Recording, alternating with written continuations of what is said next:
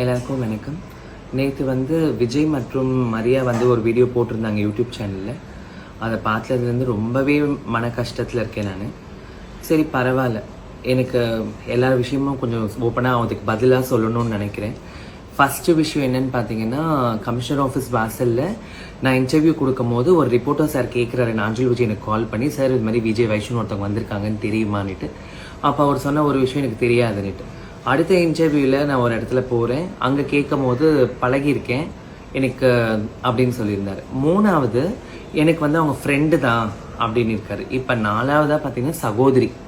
Okay, இதெல்லாம் எப்படி எடுத்துக்கிறதுன்னு பொதுமக்கள் நீங்கள் தான் யோசிச்சுக்கணும்.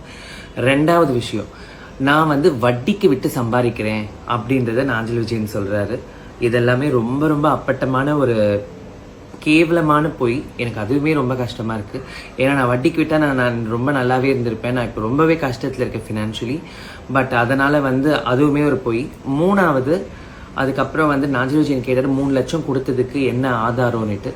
மனசாட்சி மட்டும்தான் ஆதாரம், காதல் மட்டும்தான் ஆதாரம். நான் வேற எதையும் சொல்ல விரும்பலை. ஏன்னா நான் உங்களை நம்பி கொடுத்துருக்கேன். உங்களுக்கு மனசாட்சின்னு ஒன்று இருந்ததுன்னா அந்த பணத்தை கொடுங்க, இல்லைன்னா நீங்களே இல்லைன்ற மாதிரி அதையும் நான் விட்டுடுவேன். ஓகேங்களா? முதல் விஷயம். அதுக்கப்புறமா என்னை யாருன்னே தெரியாதுன்னு சொல்லிட்டு வீடு ஃபர்ஸ்ட் ஃப்ளோரில் தான் இருக்குன்றது உங்களுக்கு எப்படி தெரியும்? மக்கள் நீங்கள் தான் கேட்கணும் அந்த கேள்வியை.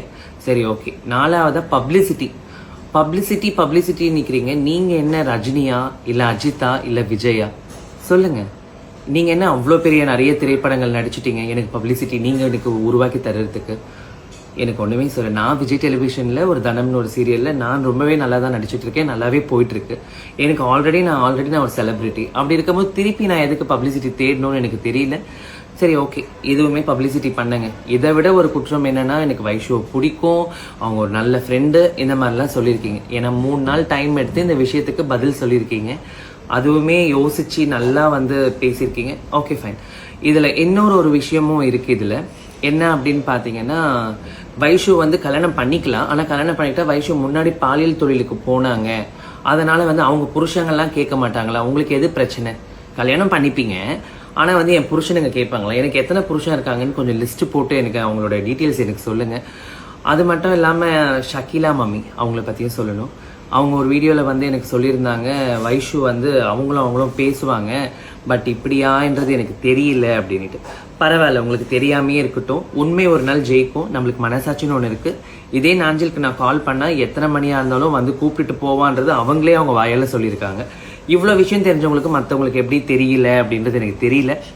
சரி ஓகே. நான் நாஞ்சில் விஜயனுடைய குழந்தை